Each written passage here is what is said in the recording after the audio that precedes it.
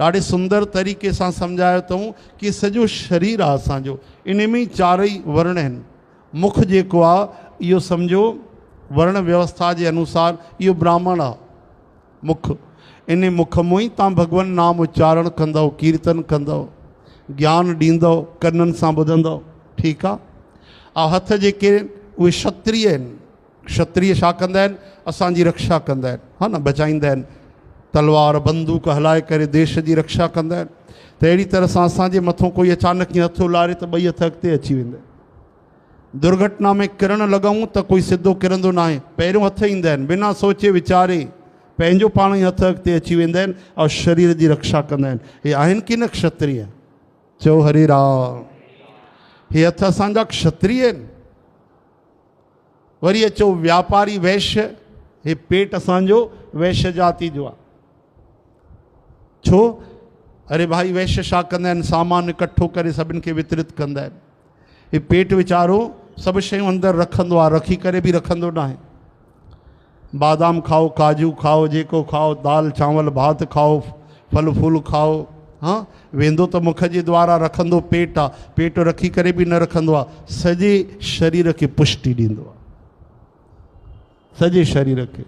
जेके बि असां पदार्थ खाईंदा आहियूं, पौष्टिक खाईंदा आहियूं, अखियुनि खे बि बल मिलंदो आहे, कननि खे बल मिलंदो आहे, हथनि पेरनि खे शक्ति ईंदी आहे, सॼे शरीर खे ऊर्जा मिलंदी आहे।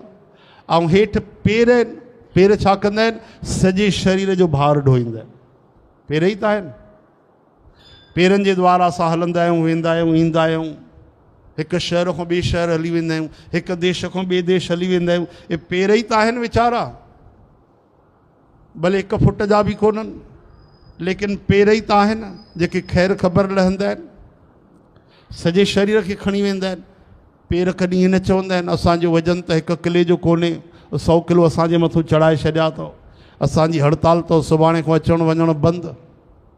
कॾहिं पेरनि चयो आहे छा? न चयो आहे न। इहा ई सेवा आहे, इहा ई वर्ण व्यवस्था आहे। हाणे अचो भाव जे दृष्टिअ सां, अगरि मथे ते बि चोट लॻे त असां इलाजु कंदासीं, मथो ब्राह्मण आहे। ऐं पेरनि ते चोट लॻे त उनजो इलाजु कंदव की न? हा या न? यानी उन जो दर्द बि उअं ई महसूसु था कयूं।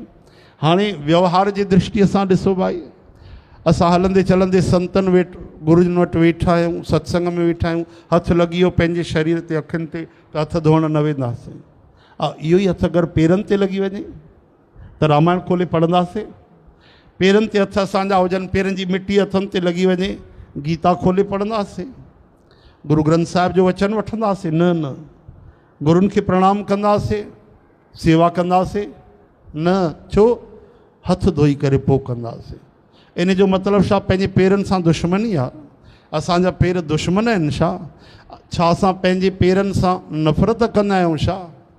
हे त पेरनि जी ॻाल्हि थो चवां। अञा अॻिते वधंदो शौच क्रिया जी, हाँ, लघु शंका शौच क्रिया, त पोइ हथ मलणा पवंदा आहिनि। इन जो मतिलबु इहो न आहे कि पंहिंजे शरीर सां नफ़रत आहे, व्यवहार जे दृष्टिअ सां।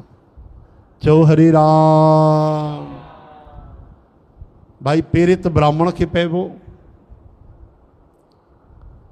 खीर त गऊ माता जो पीबो, लेकिन रोटी त कुत्ते खे बि ॾिबी, दया त उन ते बि कबी।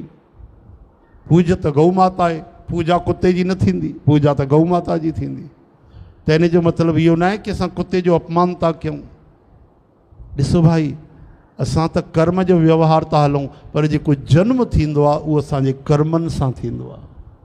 कोई ब्राह्मण परिवार में जनम थो वठे न, त उनजे पिछले जन्म जा एतिरा पुण्य थियल आहिनि कि उहो ब्राह्मण जे परिवार में जनम वठी आयो आहे। इहो शास्त्रनि में असां पढ़ियो आहे, मनगणंत नथा ॿुधायूं तव्हांखे।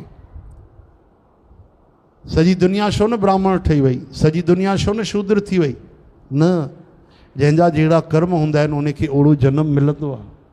चओ हरे राम। इन करे जीअं पंहिंजे मथे ऐं पंहिंजे पेरनि सां असां व्यवहार हलंदा आहियूं, तीअं असांखे वर्ण व्यवस्था में बि उथणी वेहणी करणु खपे। लेकिन दिलि में सभिनि जे प्रति करुणा, दया, सहानुभूति, प्रेम, स्नेह हुजणु खपे। इहा ई वर्ण व्यवस्था आहे।